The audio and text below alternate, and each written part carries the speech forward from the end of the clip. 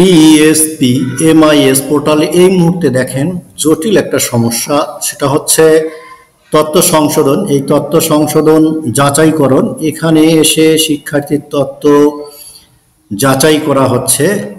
এখানে সমস্ত কিছু দেখেন ভেরিফাই হয়ে গেছে। এরপরে নিচে যদি আমরা যাই, দেখেন অভিভাবকের তথ্য মাতা দেওয়া আছে। এখানে মোবাইল নাম্বারও ঠিক আছে, মোবাইল অ্যাকাউন্ট সংশোধন এখানে হয়ে গেছে, এখানে যাচাই হয়েছে অর্থাৎ ভেরিফাই হয়েছে। এখন যখন আমরা আপডেটে ক্লিক করতেছি, দেখেন আপডেটে ক্লিক করলে দেখেন কি আসে, অনুগ্রহ করে অন্য এনআইডি প্রদান করুন। এটা আসলে সার্ভারের জনিত সমস্যা। এই সার্ভার জনিত সমস্যার কারণে এগুলো সব ঠিক থাকা সত্ত্বেও আমাদের এন্ট্রিগুলো আপডেট নিচ্ছে না।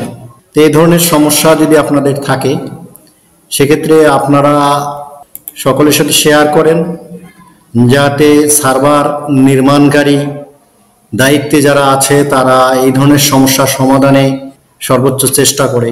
তা না হলে শিক্ষকদের এখানে হয়রানি হচ্ছে, একের পর এক ক্লিক করে বসে থাকতে হয়, কোনো কাজ হয় না। বিষয়টি সকলের অবগতির জন্য শেয়ার করা হচ্ছে। আপনাদের মতামত আপনারা কমেন্টসে জানাবেন।